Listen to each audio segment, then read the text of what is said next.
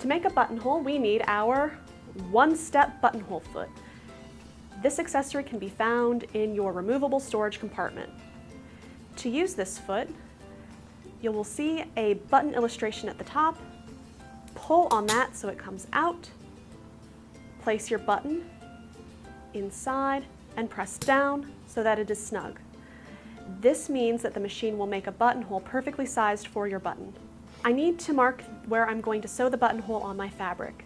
So I'm going to place the button on my fabric where I want the buttonhole to be. I need to mark the bottom of the buttonhole, which is where it will start sewing. Then I will use my ruler to make a line in the middle. This is just to help me keep my fabric straight when I put it under the buttonhole foot. Now I just need to select my stitch and sew it out. I'm going to remove my all-purpose foot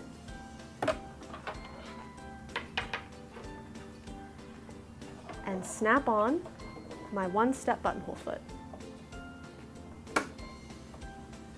To select the buttonhole, go to your stitch selector dial and move it to the icon that looks like a little buttonhole. Go up to your stitch length dial and move it to this little buttonhole icon.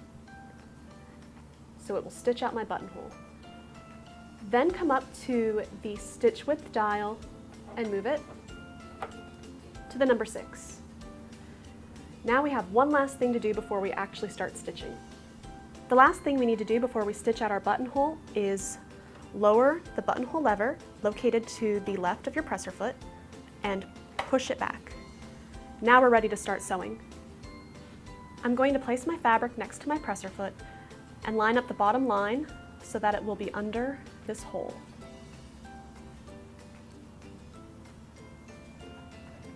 Now I'm going to lower the presser foot and start sewing.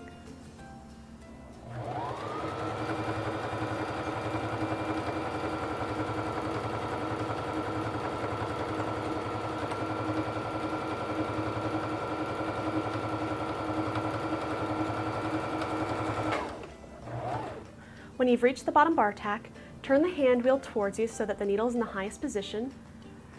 Raise the presser foot, and here is a perfect buttonhole for your button.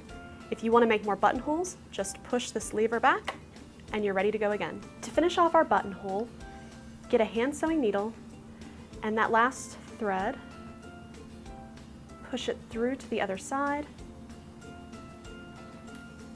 and tie it off. Now to open it up, use a pin and stab it through the top. This protects the upper bar tack so that we don't cut through it. In your accessory tray, there's a seam ripper, and it's also super useful for opening buttonholes. Place it at the bottom and work your way up. Remove your pin. And ta-da! A fully functioning buttonhole. To make your stitches further apart on your buttonhole, you want to be on the left side of this buttonhole icon on your stitch length dial. In the middle of the icon, they start to get closer together, and when you are on the right of that buttonhole icon on your stitch length dial, your stitches are very close together.